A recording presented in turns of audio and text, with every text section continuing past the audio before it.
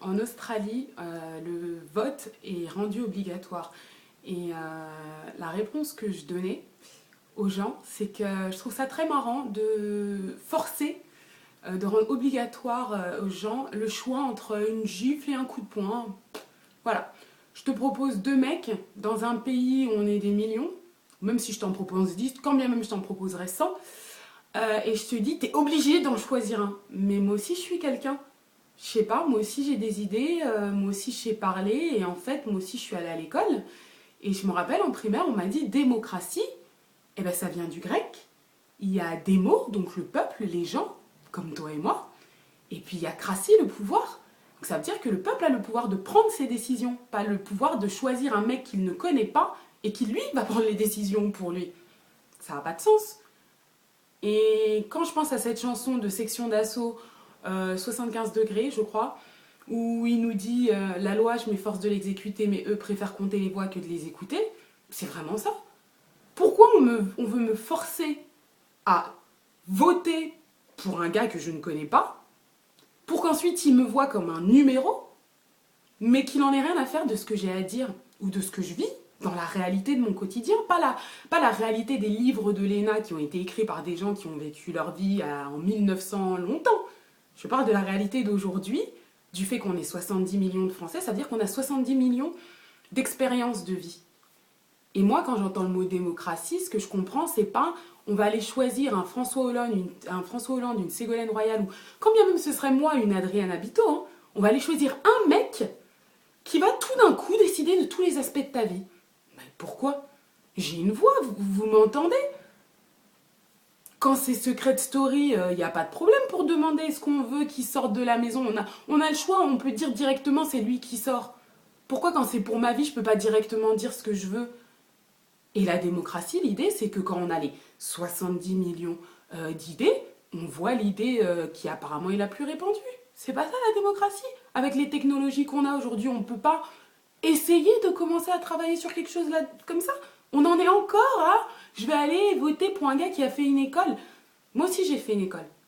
Moi aussi j'ai fait une école et jusque-là, j'estime pas que c'est à moi de dire à 70 millions de personnes comment elles doivent vivre. Je trouve que ça n'a pas de sens. D'autant plus que derrière, quand je fais ces décisions de vous allez travailler tant d'heures, ou vous allez avoir droit à tant d'argent, vous allez me donner tant d'impôts, c'est pas moi derrière le gars qui donne ces impôts-là, parce que je me demande, il paye des impôts le président de la République?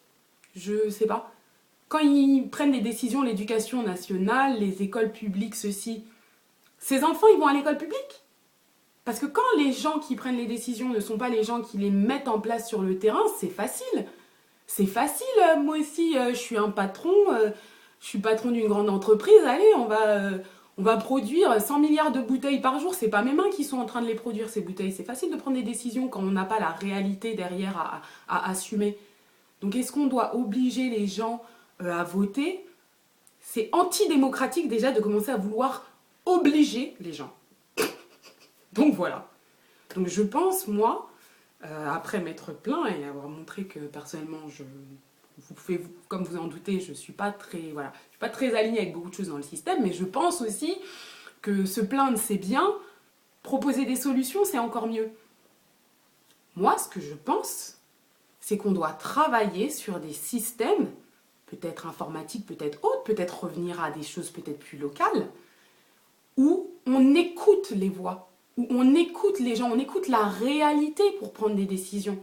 Personnellement, j'ai travaillé en entreprise sur la prise de décision et on prend les décisions avec les gens qui sont sur le terrain. En vérité, c'est même les gens qui sont sur le terrain qui prennent la décision, parce que la vraie définition de prendre une décision, c'est agir. C'est facile de dire j'ai décidé de participer au challenge de battle, et puis de rester assis comme ça, et puis de rien faire, ça n'a pas de sens. Ma décision, elle est prise parce que j'ai pris ma caméra, j'ai fait la vidéo, et je l'ai postée sur votre page. Là, la décision, elle est prise et actée. Donc voilà. Donc, tout ce que j'essaye de dire ici, c'est qu'on ne vit pas en démocratie, déjà, et que c'est pas en obligeant les gens à participer à la fausse démocratie que ça en créera une vraie. C'est pas comme ça que ça marche. Comme beaucoup d'autres problèmes dans ce monde, pour ne citer que quelques discriminations où on croit que c'est en enlevant les mots ou en obligeant les gens à utiliser certains mots ou en ne faisant pas certains calculs ethniques, machin, parce que ça c'était un autre, je crois que c'est un autre sujet ça, les statistiques ethniques. On croit que parce que on va obliger à cacher la misère elle est plus là. C'est pas comme ça que ça marche en fait. Et c'est ça, je pense que les politiques ont besoin de comprendre aujourd'hui, c'est que dans la vie des vrais gens, il y a des vraies conséquences en fait. Et qu'il est temps que les gens qui ont à subir ces conséquences-là en soient les créateurs. Moi, il n'y a pas de souci, je veux bien subir des choses quand c'est moi-même qui ai décidé de les mettre en place. Mais quand moi je subis pour que d'autres puissent se mettre bien, et qu'on vient encore me demander si on doit m'obliger à faire des choses, j'ai juste envie de dire non en fait. Voilà. Donc ça c'est mon opinion. Et comme j'ai dit en début de vidéo, je suis engagée déjà. Et je crois que c'est super d'avoir des opportunités comme ça parce qu'en effet, les politiciens, je pense qu'il faut qu'on leur parle. Mais c'est bien qu'on leur parle aussi avec une expérience terrain. C'est ça qui est aussi dommage parfois. C'est qu'on, comme à l'école, on ne nous apprend pas nécessairement que la réalité, c'est dans la vie, c'est pas forcément dans les livres. Parfois, on parle avec beaucoup d'éloquence, on parle avec beaucoup de jolis mots poétiques, mais souvent avec très peu d'expérience terrain. Donc voilà. Donc moi aujourd'hui, la démocratie, j'estime que c'est une réalité. C'est la prise en compte des voix qui expriment une expérience vécue. C'est pas la prise en compte des voix qui sont jolies parce qu'elles ont eu des cours de communication. Donc, est-ce que je pense qu'on doit obliger les gens à participer à la fausse démocratie? Non. Je pense qu'il est peut-être temps de mettre en place une vraie démocratie, non? Voilà. Et si vous vous demandez comment on peut faire, moi j'ai plein d'idées. Voilà. Donc, merci pour l'opportunité et j'espère que cette vidéo vous touchera et surtout que vous entendrez le message parce que c'est surtout ça qui compte. Et vraiment, merci pour l'opportunité et j'espère vraiment qu'en 2007, la révolution qui est en marche, parce qu'il y a donc des organisations, moi je travaille j'ai participé à la primaire.org, aujourd'hui je fais partie de l'équipe de Charlotte Marchandise qui elle-même veut porter un projet démocratique d'équipe où c'est pas Charlotte Marchandise va vous dire ce qu'il faut faire, mais bel et bien on co-crée une méthode pour enfin vivre démocratiquement. Donc aujourd'hui, il y a des choses qui existent et je pense que les grands partis et les grands candidats ont besoin de l'entendre parce que je ne pense pas qu'ils aient des mauvaises intentions, je pense sincèrement qu'ils ne connaissent pas ces réalités parce qu'ils ont vécu dans un autre monde. Pour avoir moi-même navigué entre plusieurs mondes, je sais ce que c'est que de vivre dans une bulle. On vit tous un peu dans des bulles isolées les unes des autres.